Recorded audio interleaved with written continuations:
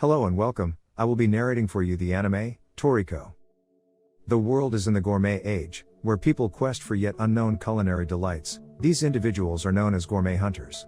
Komatsu, a master chef at the renowned Hotel Gourmet, tracks down the legendary gourmet hunter, Toriko, for a job request to capture the infamous Gararigator for an upcoming feast. While accepting the job, he captures two rare animals in one swing to Komatsu's amazement. Soon after, they make their way to Barren Archipelago, home of the Gararigator. Most creatures have capture levels given by the International Gourmet Organization, also known as EGO. A capture level 1 creature indicates that it will require 10 pro hunters to take it down. Their target is a capture level 5. As they make their way through the island, Komatsu gets scared, but Toriko uses his intimidation to frighten the majority of the animals they encounter. The hunter suspects that the apex predator on the island is definitely over a level 5, as the other animals are showing uncharacteristic behaviors. Night falls and the duo camp near a river when a swamp snake springs out the water with huge bite marks, but it dies shortly after. Soon after, the Gararigator emerges from the swamp, and it is bigger and older than expected. Its estimated capture level is 8. Toriko engages the beast, ultimately defeating it using his signature fork and knife. They quickly prepare the meat and feast on it while Toriko reveals his dream to complete his full-course meal. Unbeknownst to them, the sinister Gourmet Corp have been spying on the events to make their next move. The following day, Komatsu is devastated when he wakes up to all the meat eaten by Toriko. At a later date,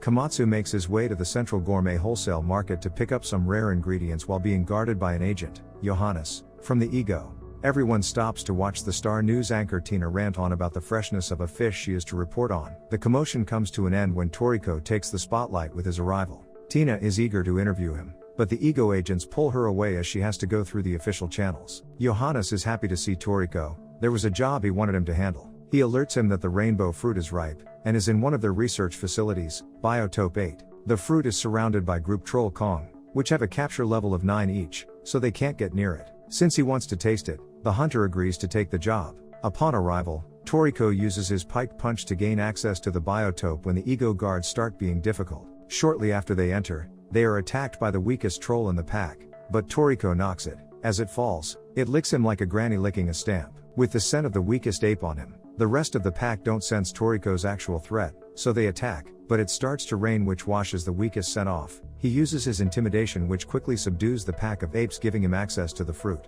Tina tries to capture everything, but she's quickly escorted from the premises. The duo makes their way back to the gourmet hotel where Komatsu prepares the rainbow fruit. When Toriko tastes it, he loves it so much that he tears up and decides to make it his dessert item on his full-course menu. The once-in-a-decade opportunity to capture the highly sought-after puffer whale has arrived. Toriko and some other gourmet hunters make their way by train to the location. Komatsu tags along to witness the technique used to prepare this difficult ingredient. One minuscule mistake while removing the deadly poison inside makes the whole fish inedible. While they discuss, a fellow hunter named Zanj tries to cause trouble in the train, so Toriko de-escalates the situation by giving him some of his drink. Unbeknownst to them, they also give some to the legendary hunter, knocking Master Jiro when he asks. Upon exiting the train, the duo meet up with Coco, a colleague of Toriko's from the Four Heavenly Kings. The legendary group consists of Toriko, Coco, Sunny, and Zebra, who are incredibly powerful gourmet hunters known all over the world over for their great achievements. Coco, who now works as a fortune teller, gives them a ride on his companion, Kiss, to his home where they have a little catch up, but Coco notices the shadow of death around Komatsu but doesn't comment. While the old friends discuss, he reveals his completed full-course meal, which has high capture level ingredients. A hunter must be capable of capturing the ingredients in their full-course meal. It reflects one's strength and personality, but it doesn't always correlate. They later make their way into a cave system which contains the puffer whale's spawning grounds. However, it is also the home of the dangerous devil python. Tina is also on site to document with Zanj. The two are quickly scared off by some level 1 insects. She does, however, put a camera on Komatsu's helmet, so she has a visual on the situation inside. Meanwhile, the trio continue their journey down the cave, where it is revealed that Coco is a master of poison, and can produce deadly toxins from his body.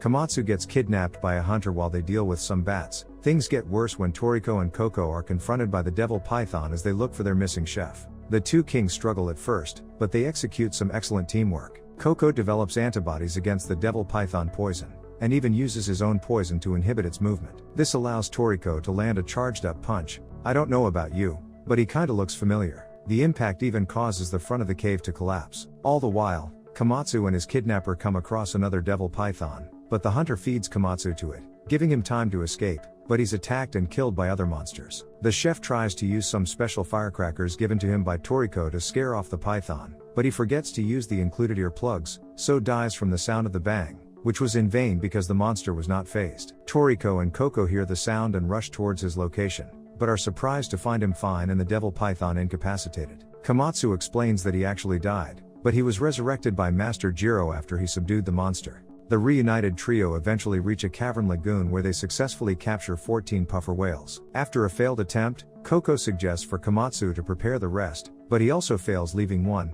But with Coco's instructions, he manages to cook the last one. They feast on it while Tina vicariously enjoys along with them. They are interrupted when suddenly, a creature with some captured puffer whales emerge from the water. Toriko and Coco prepare for the worst when they sense its ominous energy, but after a brief standoff it leaves without incident. The Ego later come to pick the party up, but Coco takes an early leave on Kiss. Back at her news agency, Tina is scolded and suspended for her rogue antics. Meanwhile at Ego HQ, some higher-ups have a meeting to discuss the recent ingredient thefts and attacks on their biotopes by the Gourmet Corporation. From video footage extracted from Tina's confiscated electronics, they identify the creature Toriko and Co encountered as a new model of GT robot. The higher-ups decide to summon the 4 Heavenly Kings to handle this new threat and provocation from the core. Toriko is already on his way to Biotope 1 to capture the Regal Mammoth on the behalf of the organization. Meanwhile, Tina gets word of their travels and also sets off. Upon arrival, the duo takes a tour of the facility and bump into Ego's third-in-command, Mansum. While he escorts them to the Coliseum,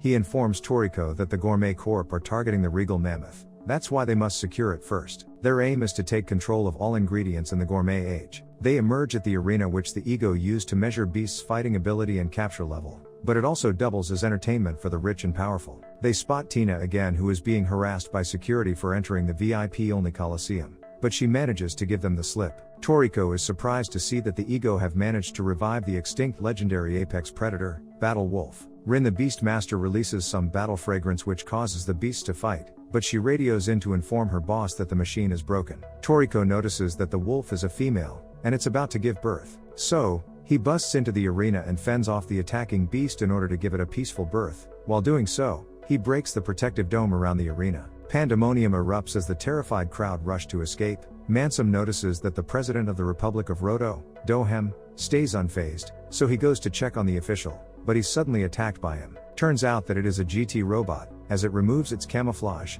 Mansum engages it briefly, but he gets knocked back by a blow to the throat. It then turns to the mother Battle Wolf and fires a fatal shot while it runs to comfort its pup. Ren releases endorphin smoke to calm the wolves down as the mother and pup say their final goodbyes. An enraged Toriko attacks the GT robot. As he fights, it's revealed that they are been remotely controlled and the true power of the operator is also transmitted by the robot. Toriko ultimately defeats the intruder. The Battle Wolf pup imprints on him, and he becomes the official pet of Toriko, so he names it Terry. In the aftermath, Mansum decides to treat everyone to his full-course meal. Tina is also given permission to stay and film. As they eat, Toriko reminds him about the Regal Mammoth, but luckily Sunny was also on the island, and it seems like he's captured it. They later come out to welcome him as he marches towards them with the giant mammoth in hand. It is also revealed that Rin and Sunny are siblings as they reunite. However, Mansum alerts them that what Sunny caught was in fact a baby mammoth, so they have to capture the adult one before the Gourmet Corps. But unbeknownst to them, a team of 3 GT robots are already on the island along with the vice chief of the Corps. During that interval,